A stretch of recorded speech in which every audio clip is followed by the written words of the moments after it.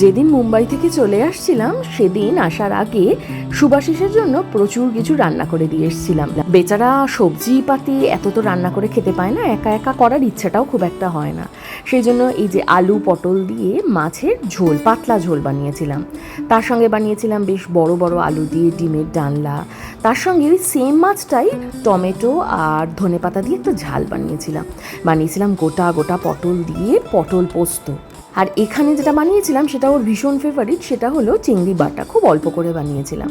তারপরে বানিয়েছিলাম লাউ চিংড়ি, যদিও একটু হলুদটা বেশি হয়ে গেছিলো, কিন্তু খেতে একদম সেমই হয়েছিল। আর সব শেষে যেটা বানিয়েছিলাম সেটা হলো এই শুক্তো খেতে প্রচণ্ড পছন্দ করে, কিন্তু খাওয়ার উপায় থাকে না, সেই জন্য বেশ অনেক দিনের খাবার রেডি করে দিয়ে এলাম। আর লাস্টে এটাও বানিয়েছিলাম, 15-20 দিন ধরেই মাত্র দুধের সর তুলে রেখেছিলাম, সেটা দিয়ে বেশ অনেকটাই ঘি হলো। আমাদের এখান থেকে ওখানে যেন ঘিয়ের পরিমাণটা একটু বেশিই হলো মনে হলো। বলে এসেছি আমি নেক্সট বার আসার আগে এই ঘি যেন অবশ্যই শেষ হয়। তো কিছু রান্নার পরে না নিজের রান্নাগুলো একদম খেতে ইচ্ছা হচ্ছিল না, সেই জন্য ডিনারে ছিল এই 2 রকমের সুশি যে আমাদের কি ভীষণ প্রিয়, আর তার সঙ্গে ছিল বাও।